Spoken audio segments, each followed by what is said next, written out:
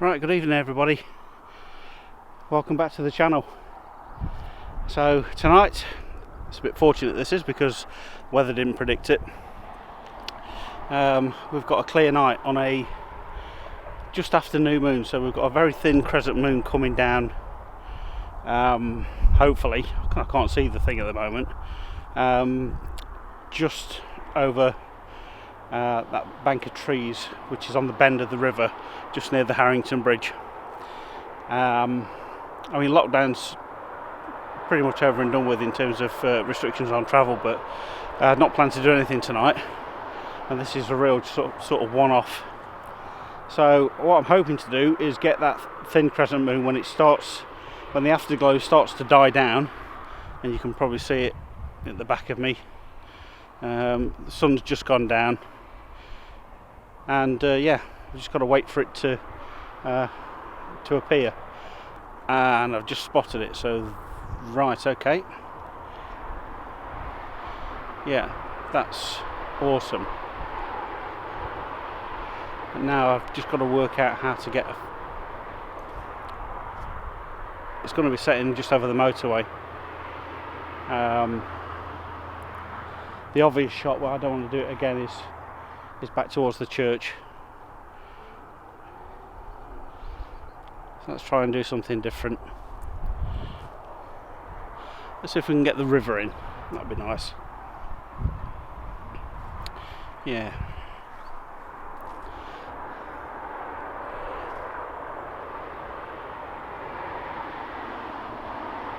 Actually, the place to be is on that other bank. I might have to walk back. Yeah, I think that's the shot. Alright, see you in a bit. Right, made it over to the other side of the river. I think that's probably as good as I'm going to be able to do tonight. Just waiting for the moon.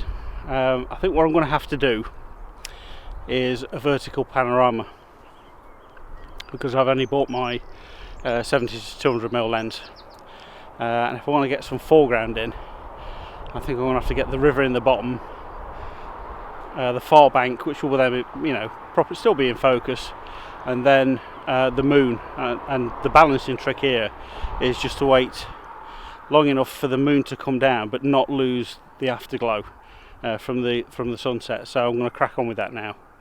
Okay, let's see how this turns out. Well, it's getting pretty dark. Let's see if I can show you the shot I'm after.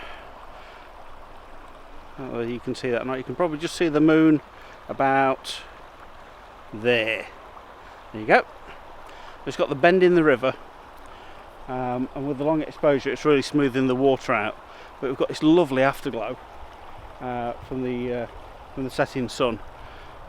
Really beautiful, and apart from the fact it's absolutely perishing, this is a beautiful evening. It's a lovely stretch of the river, this. For the historians around it, this is the way they moved the river this way to make the Trent navigable. They built the Trent and Mersey Canal at the back of this bend, and lo and behold, would you believe it, every time the river floods, the old course where they've got Marshall's Yard and the Plank and Leggett pub, guess what? It floods. That's a shock, isn't it? Over 100 years ago they moved this thing, and water finds its own way. So yeah, but yeah, it's pretty good fishing down there as well. If you're into that sort of thing, as I was many years ago. Yeah, there's a good run of barbel fishing for those that know. I think this side of the river is controlled by soldiers and sailors. The other side's Pride of Derby. But yeah, it's a lovely stretch of the river. But like I said, what I'm waiting for now, when that afterglow starts to die, we should be able to get some. Let's see if I can come around and just expose my face a bit better. Apologies for that. You can see my face now. Yeah. Balance now is the remaining afterglow and Earthshine. So Earthshine happens when the moon its night side gets illuminated by the sun's rays reflecting off the Earth's oceans, so you don't get a full darkness on this side of the moon when that happens. And if you expose the moon long enough, you can actually see that Earthshine, and it makes for a lovely picture. So that's my next task, is just to wait for it to set a little bit further, just wait for it to get towards that horizon. So I've still got some light to be able to pick the river out, and yeah, it should be a lovely shot. First couple of stars come up. Sirius has just come up over on the southern horizon. We're waving goodbye to the winter constellations now. I can just about see Orion will be up in a bit, but not for long.